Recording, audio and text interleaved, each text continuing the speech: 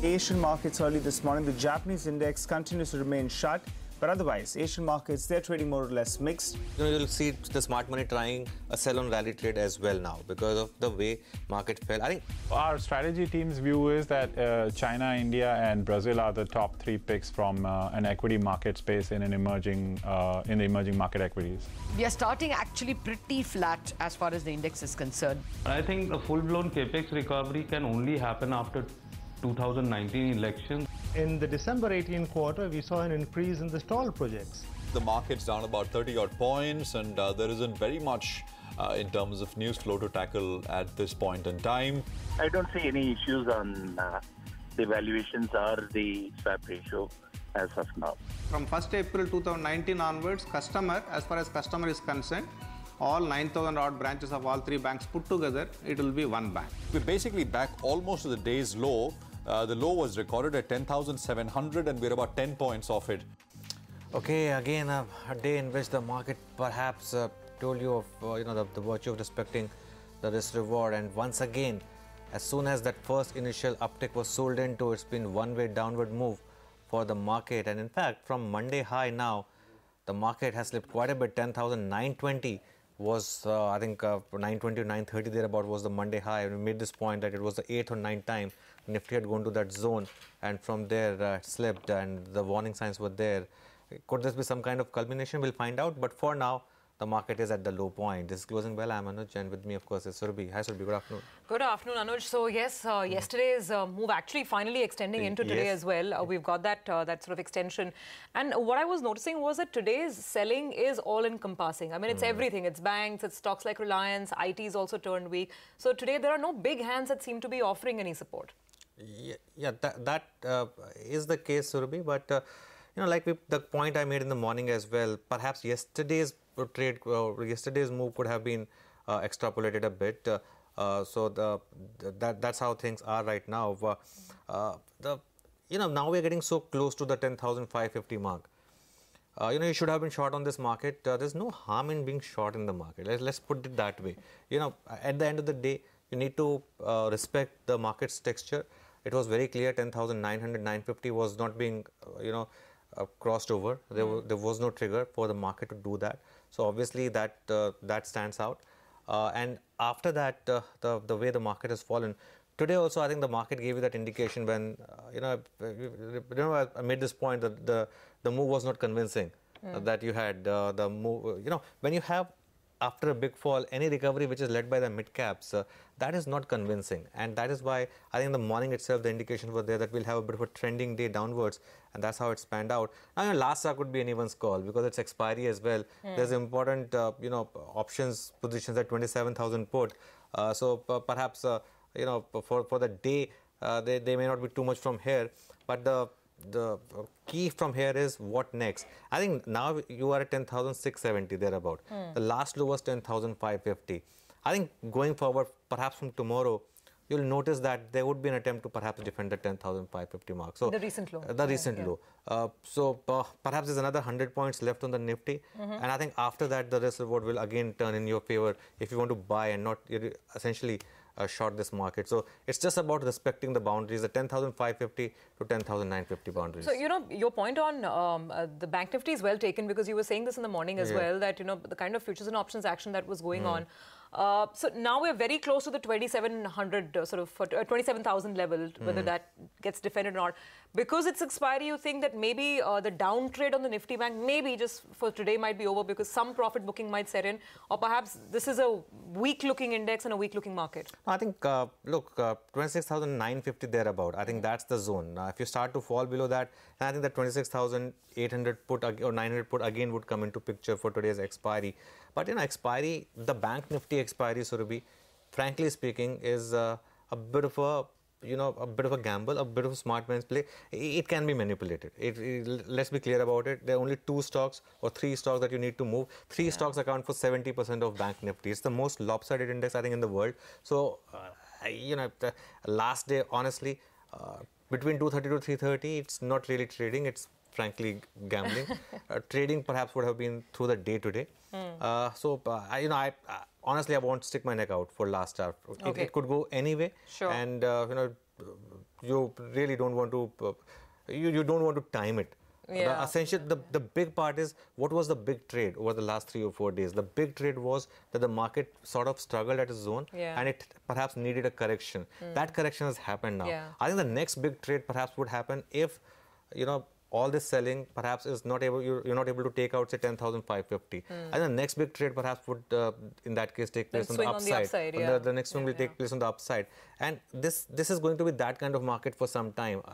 Maybe up until election, there's also global uncertainty. You'll have to play swings in this market. There's no point being a perma bull or a perma bear in this market. Absolutely no. This is not a market in which you're getting that kind of trend. This is a market in which you have to respect the boundaries. I completely take that point. I mean, one look at 1 year chart on the Nifty or the Bank Nifty will tell us that it's not been a one-way trending market.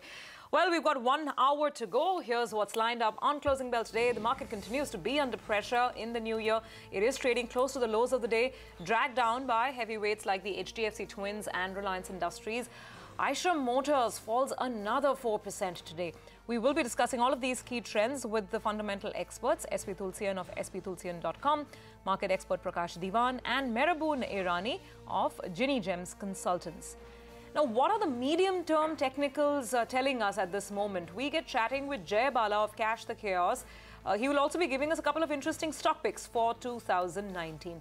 And as always, lots of trading calls coming up over the next 1 hour for you with our technical experts Ashwini Gujral and Mitesh Thakkar. Okay, as we speak, there's again a bit of a recovery in the mid-cap. There's been no collapse in the mid-cap side at least. The advanced decline is still quite okay at around 1:2, and the index is down about only 0.5%. Even the Bank Nifty is trying to recover a bit, back above the 27,000 mark. We have Ashwini and Mitesh with us for last hour calls. Good afternoon, Ashwini. Your thoughts first for last hour and your stock-specific calls. See, as far as I am concerned, the moment 10,750 broke,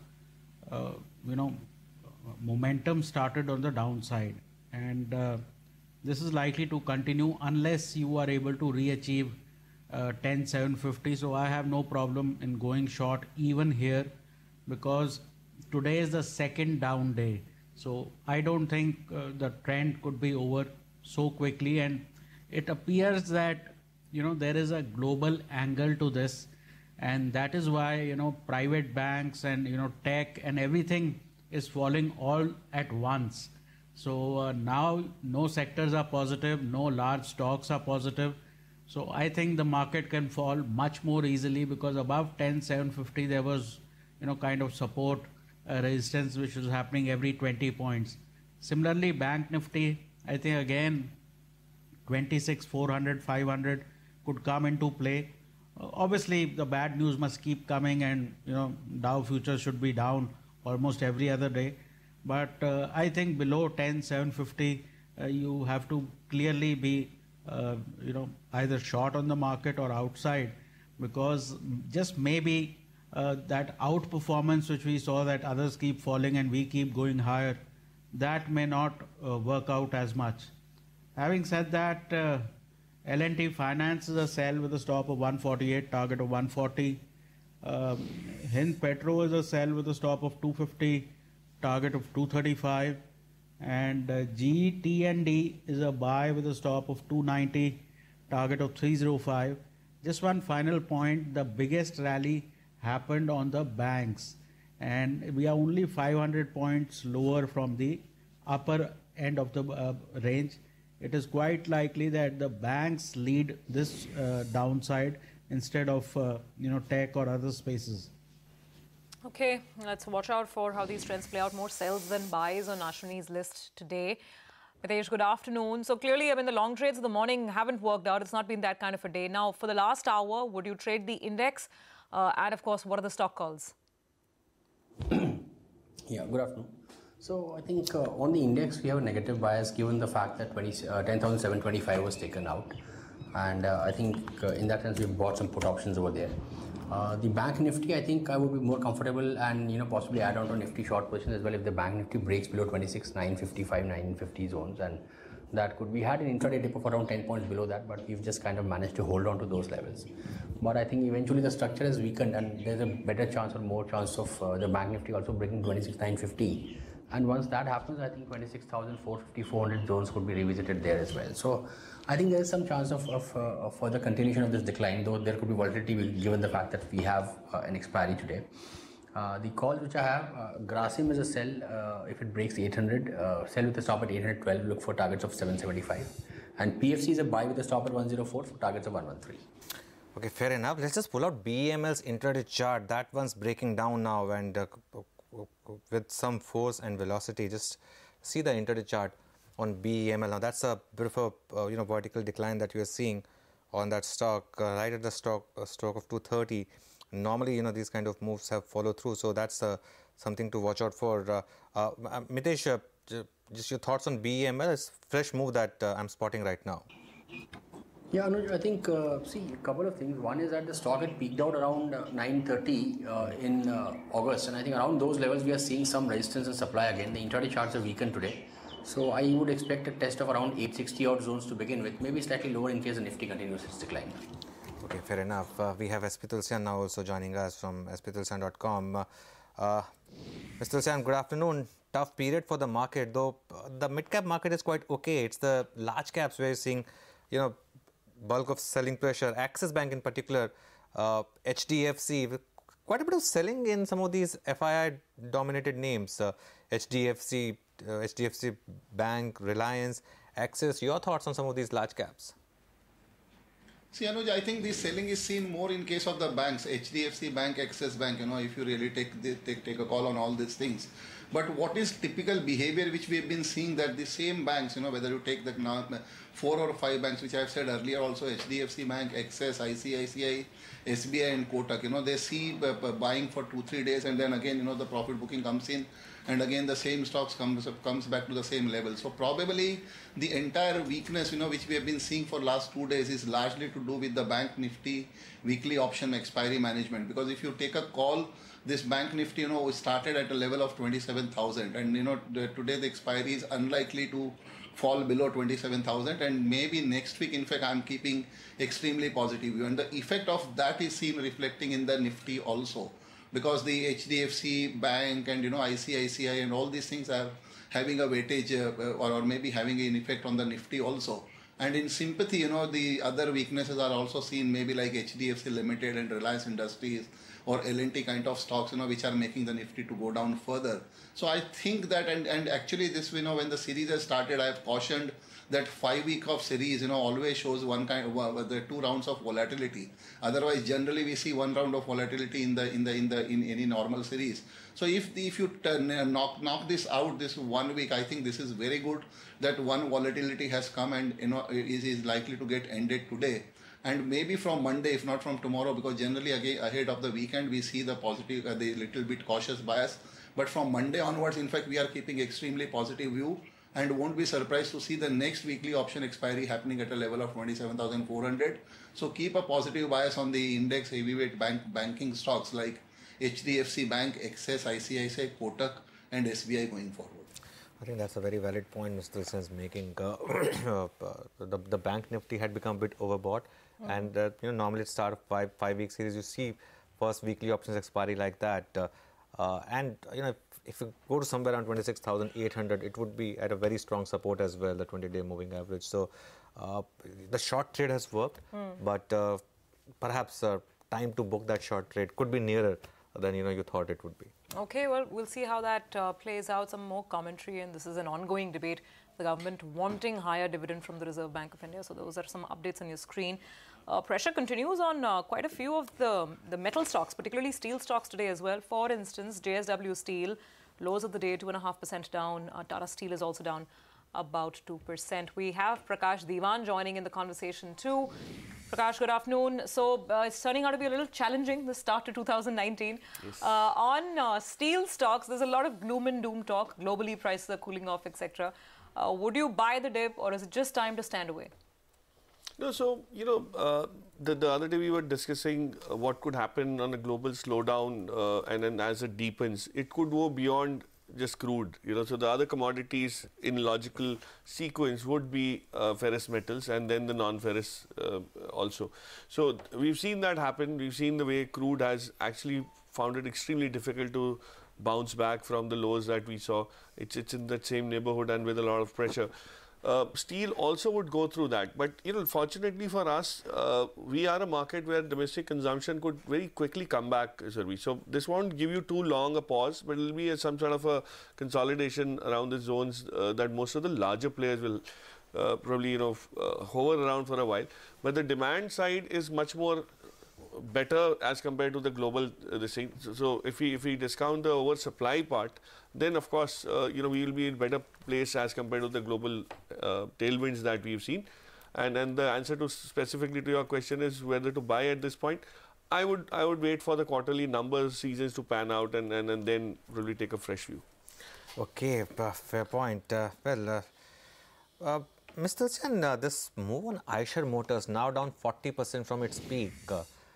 Do you think it needs to correct more, considering the kind of disappointment that we have had in the bread and butter business? And of course, for Eicher, it's mostly a one-trick pony. So, in that case, do you think it needs some more derating, or is this time for long-only investors to perhaps buy some? See, Anuj, yesterday morning, after seeing the sales numbers of Royal Enfield, I have said that the stock has the risk of correcting about 10%, and it has corrected much more, maybe about 12-13%. Since yesterday, so my point is that yes, the near-term bottom seem to be in place, but January month is very crucial because yesterday morning also I've said that the trajectory on a quarterly basis, even if I don't take the monthly numbers, because it has a lot of headwinds also, maybe like non-availability of the finance, tight liquidity and kind of things.